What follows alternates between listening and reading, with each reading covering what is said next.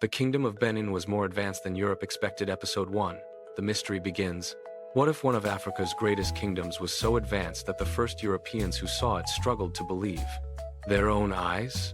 What if the city they found had wide streets, remarkable artwork, powerful rulers, and one of the world's largest systems of earthworks, yet much of the world barely knows its story today? Welcome to the hidden history of the Kingdom of Benin, a forgotten empire whose achievements challenged long-held assumptions about the ancient world. But how did this remarkable kingdom rise from the forests of West Africa? And why was so much of its story overlooked for centuries? Today, we begin that journey.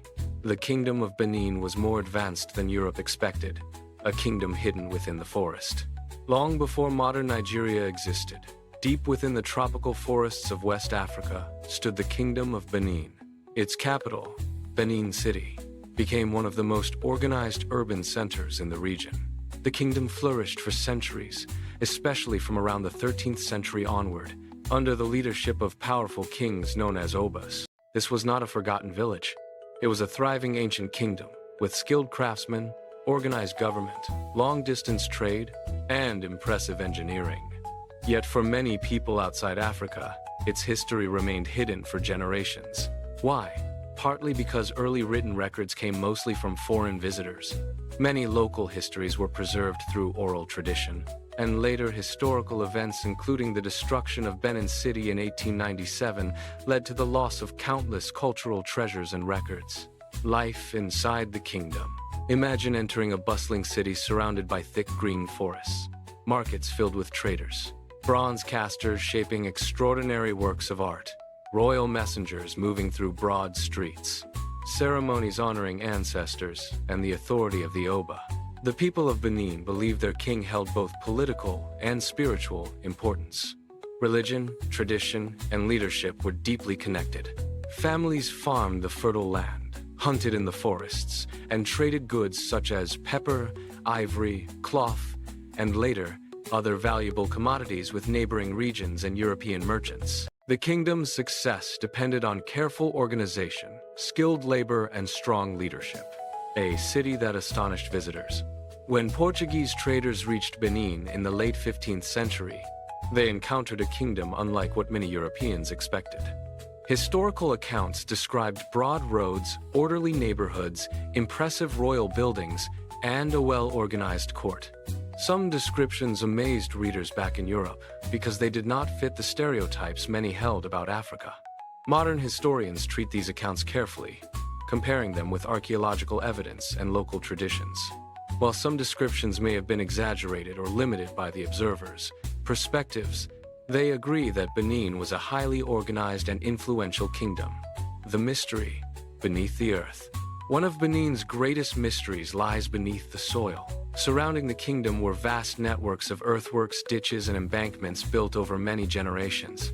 Archaeologists consider the Benin earthworks among the largest human-made earthworks in the world.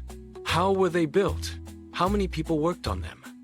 And what do they reveal about the power of the kingdom? Researchers continue to study these questions, and some answers remain uncertain. Confirmed fact. Large sections of these earthworks still exist today. Scholarly theory. Their construction likely took place over centuries rather than all at once. Legend. Local traditions often credit wise rulers and determined communities with creating these defenses, though the exact details cannot always be verified. A civilization cast in bronze. Perhaps nothing represents the kingdom more than the magnificent Benin bronzes. These detailed plaques and sculptures recorded royal ceremonies, military victories, and important moments in the kingdom's history. Far from being simple decorations, they were historical records cast in metal by master artisans using sophisticated techniques. Today, museums and institutions around the world continue discussions about returning many of these artworks to Nigeria after they were taken during the British military expedition of 1897. Their story is not only about art, it is about memory, identity, and history. The journey has only begun.